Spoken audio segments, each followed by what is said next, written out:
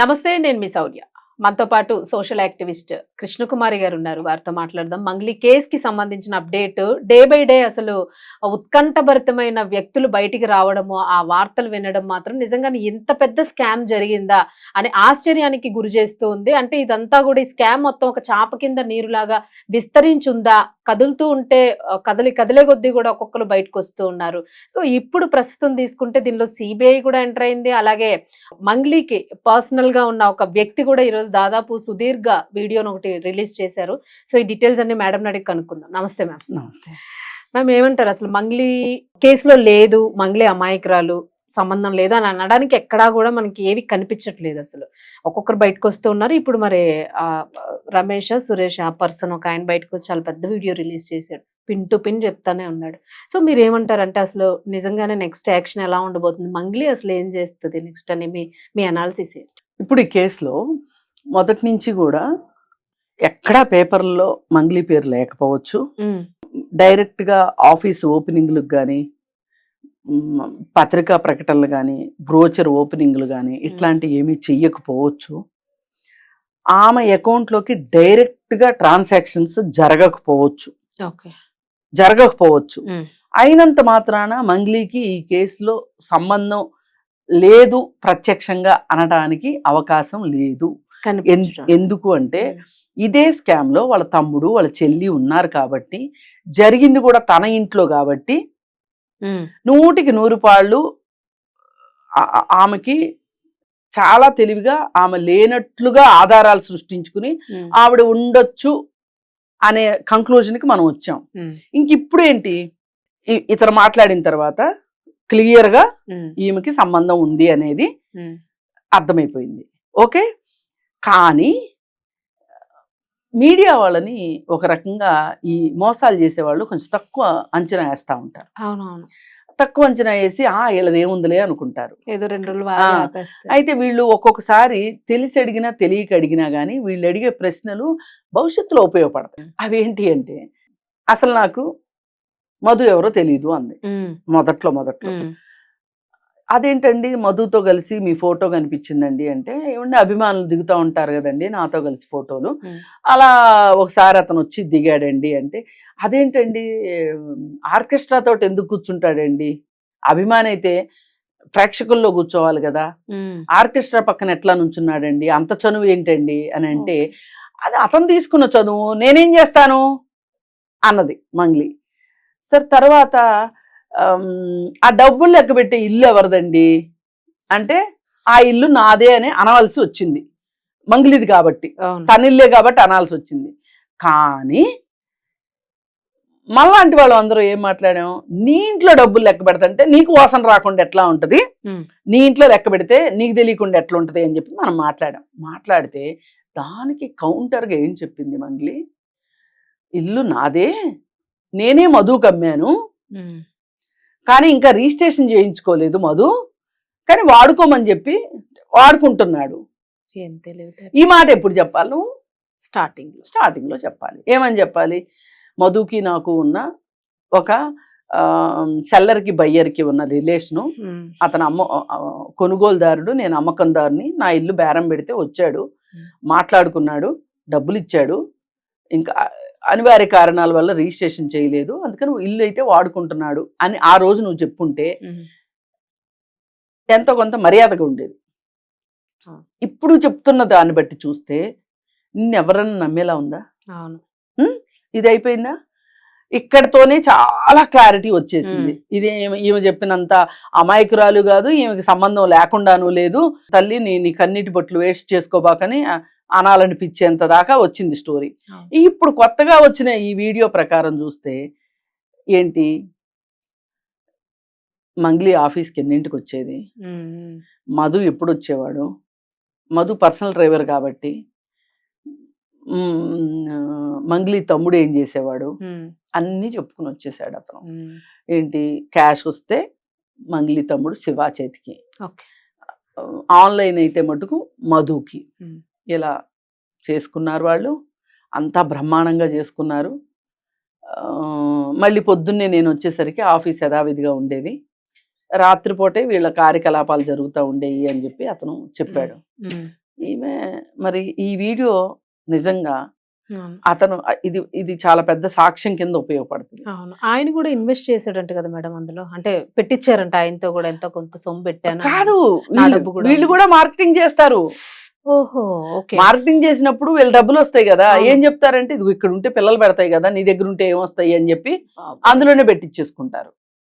అయితే ఇది ఇవాళ సిఐడికి ఇచ్చారు మొదట్లో. ఉమ్, అయితే ఇప్పుడు సిబిఐకి వెళ్తుంది అని చెప్పి వెళ్ళింది అని వార్తలు వస్తున్నాయి. ఉమ్, ఇంకేం చెప్తారండి, వాళ్ళు ఆ మాత్రం రాగలేరా వాళ్ళు? ఉమ్, వాళ్ళకి 100 ప్రశ్నాపత్రాలు ఉంటాయి. ఇప్పుడు దోషుల నిర్దోషుల వాళ్ళు ఎంతో కొంత చెప్పగలుగుతారు, అవును. వాళ్ళు ఛార్జ్ షీట్ వేస్తారు. ఇక ఇప్పుడు పక్క రాష్ట్రంలో జగన్మోహన్ రెడ్డి లాగా ఛార్జ్ షీట్ వేసినప్పటికీ, ఉమ్, రిమాండ్కి పంపించినప్పటికీ, జైల్లో ఉండొచ్చినప్పటికీ బెయిల్ తీసుకుని ఉమ్, మేము బజార్లు ఎమ్మడి తిరుగుతాము, మేము పాదయాత్రలు చేస్తాము, ఎన్నికల్లో పోటీ చేస్తాము, గెలుస్తాము, ఉమ్, ఇవన్నీ బెయిల్ మీదే చేస్తాము అని చేసుకునే పరిస్థితులు ఉన్న ఈ దేశంలో ఉమ్, మంగ్లీకి శిక్ష పడుతుందని కానీ, ఉమ్. ఈ అమాయకుల డబ్బులు వాళ్ళ డబ్బులు వాళ్ళకి వెనక్కి వస్తాయని కానీ ఏంటండి నమ్మకం? అవును. నేను ఆదిలోనే హంసపాదులాగా నిరుత్సాహపరుస్తున్న, నాకు ఈ సిస్టమ్ మీద నమ్మకం పోయింది. ఈ సిస్టమ్ లో ఇలాగే జరుగుతుంది. వీళ్ళు ఒక లాయర్ని పెట్టుకుంటారు, అవును. ఆమె ఇంకా అంతకంటే పెద్ద లాయర్ని పెట్టుకుంటది. అవును. డబ్బు ఉంది కదా. ఆల్రెడీ వీళ్ళేమి వీళ్ళ పేర్లతో ఉంచుకుంటారా ఈ ఆస్తులని? అవును. బినామీల పేర్ల మీదకో లేకపోతే వేరే చోట్ల ఎక్కడో ఆస్తులో కొనేసేసుకుని ఉంటారు. అవును. ఆ ఆల్రెడీ ఆస్తి అక్కడ ఉందని ఎవరికి తెలుస్తుంది? ఆ ఆస్తిని దీనికి అటాచ్మెంట్ చెయ్యాలని ఎలా తెలుస్తుంది? అటాచ్ అవ్వకపోతే వాళ్ళు అమ్ముకోవచ్చు కూడా. అవును, కరెక్టే. ఇదంతా ఎలా ఉందంటే మేడం, నిజంగానే మీరు గుర్తు చేశారు కాబట్టి కోడికత్తి కేసు గుర్తొస్తుంది. ఇప్పుడు మధుని బలి చేస్తారా, ఇందులో మంగళి కరెక్ట్ గా ప్లాన్ చేసి మధు మీద స్కెచ్ చేసిందా అని కూడా క్వశ్చన్స్ వస్తూ ఉన్నాయి. కావచ్చు, ఎందుకంటే ఇప్పుడు అతని అకౌంట్ లోకి వెళ్ళిన డబ్బులన్నీ అతని అకౌంట్ లోనే ఉన్నాయని గ్యారంటీ ఏంటి? నీ దగ్గర ఉంటే వాళ్ళు తీసేసుకుంటారు నాన్న, నేనైతే కరెక్ట్ గా లెక్కలు పెడతాను, లెక్క పెట్టి జాగ్రత్తగా అట్టి పెడతాను నీ కోసమే అని తీసుకుంది అనుకోండి మంగళి, దానికి లెక్కపత్రం ఏముంది? అంతే. అందుకని చెప్పి ఇలాంటి కేసుల్లో ఫస్ట్ గా బలయ్యేది ఇందులో పెట్టుబడులు పెట్టిన ప్రజలైతే, నెక్స్ట్ బలయ్యేది ఈ పెట్టుబడులు పెట్టించిన వాళ్ళు. అవును, అవును. వాళ్ళు కూడా అయిపోయిన తర్వాత అసలు సూత్రధారులు పాత్రధారులు వేరే ఉంటారు, వాళ్ళు బాగానే ఉంటారు. ఈ రోజుకి అసలు ఈ మధు వెనక ఉన్నది ఎవరు? సరే మంగ్లీ కాదు, అవును, ఇంకెవరో ఉన్నారు. ఎవరో లేకుండా మటుకు ఇంత ధైర్యంగా అంత చిన్న కుర్రాడు చేయలేడు. అవును. ఎవరో ఉన్నారు, వాళ్ళు బయటకు వస్తున్నారో చెప్పండి. అదే అసలు ఏవేవో వస్తున్నాయి మేడం, అసలు పెద్ద పెద్ద బడా నాయకులు ఉన్నారనే వార్త అయితే కావచ్చు. బాగా మరి పొగ బాగా రావట్లేదు అసలు. ప్రతి స్కామ్ వెనక, ప్రతి అరాచకం వెనక రాజకీయ నాయకుల అండదండలో, పోలీస్ బాసుల అండదండలో లేకుండా లేకుండా జరగదు. ఆ వాళ్ళు వీళ్ళు అందరూ కలగలిసే జనాలను దోచుకుంటారు. మేడం ఫైనల్ గా మీరు ఒక్కటి చెప్పండి. అంటే ఇప్పుడు మంగ్లీ ఇప్పటి వరకు ఎక్కడ కూడా బయటికి రాలేదంటే, ఆవిడ ఏదో ఆ రోజు దొరికి మాట్లాడాల్సి వచ్చింది తప్ప, ఎక్కడ కూడా వేరే ఇంకేదో ఛానల్కి ఒక ఇంటర్వ్యూ ఏదో ఇచ్చింది, ఒక పర్సనల్ ఇంటర్వ్యూ. సో అంతే తప్ప ఆమె ఏమీ అసలు బయటకు వచ్చి చెప్పలేదు. సో అసలు ఆమె ఏం చేస్తుందని మీరు అనాలిసిస్ చేయగలుగుతారు? అంటే ఏం గెస్ట్ చేస్తున్నారు? ఏం లేదండి, మంచి లాయర్ని పెట్టుకుంటారండి ఫస్ట్. రెండోది రాజకీయ నాయకులు అండ తీసుకుంటారు. వాళ్ళు కొంచెం చూసి చూడనట్టు పొమ్మంటారు. ఈ చూసి చూడనట్టు పోవటం ఎక్కడి వరకు వెళ్తుందంటే, ఈ బాధితుల తరఫున గట్టి లాయర్ లేనంత సేపు జరుగుతుంది. ఈ బాధితులందరికీ గట్టి లాయర్ ఎక్కడి నుంచి వస్తాడు? నిజాయితీ అయిన లాయరు, గట్టి లాయర్ ఎక్కడి నుంచి వస్తాడు? బోల్డ్ ఫీజు ఇవ్వాలి. వచ్చినా కూడా నిలబడినివ్వవు కదా ఇలాంటి కేసులు. ఇప్పుడు అందుకే నేను నిజాయితీ ఉన్న లాయర్ అన్నది. నిజాయితీ ఉన్న లాయర్ ఉండాలి, గట్టిగా వాదించగలిగిన లాయర్ కూడా ఉండాలి. మరి అలాంటి లాయర్ వాళ్ళకి దొరకాలి కదా. అందుకని ఇవన్నీ మనం మాట్లాడుకోవడానికి పనికొస్తాయి, కానీ బాధితులకు న్యాయం జరిగేలాగా అవుతాయని. ఇప్పుడు ఎందుకంటే ఎన్ని స్కాములు అండి దేశంలో, భారతదేశంలో ఎన్ని, మనం వేరే దేశాల జోలికి వెళ్ళొద్దు.